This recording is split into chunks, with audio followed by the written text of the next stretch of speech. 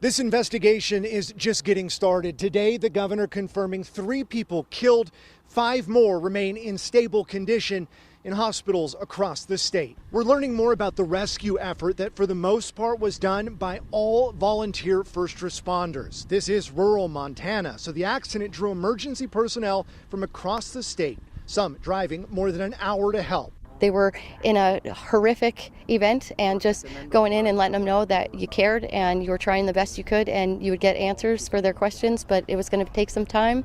They were completely understanding. Some of the more seriously wounded taken to hospitals in Kalispell, others to Great Falls, both by helicopter and even fixed wing. Strangers credited with driving passengers to nearby airport. Tonight, we know all passengers are accounted for. The governor saying no train will be moved until the NTSB is done with its portion of the investigation. Near Chester, Montana, I'm Sebastian Robertson. And the train was carrying 141 passengers with 16 crew members, and many passengers were treated on scene. 5 were seriously injured and taken to local hospitals. We are told they are in stable condition right now. And today we have also heard from Governor Greg Gianforte. With the exception of the 5 passengers who remain hospitalized in stable condition, all passengers have been treated and released from medical centers.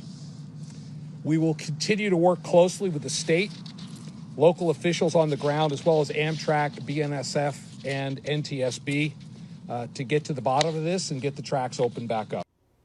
The governor also thanked first responders and promised full cooperation with investigators.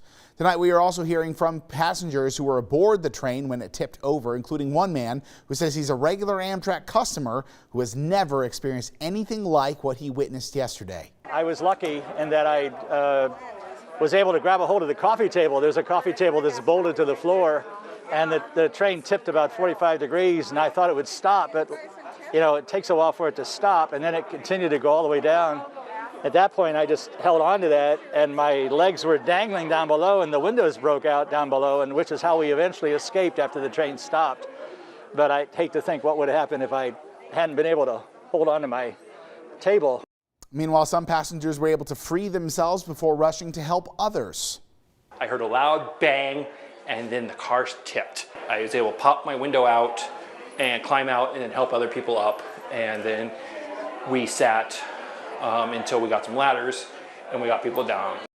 All of the passengers aboard the train have been accounted for.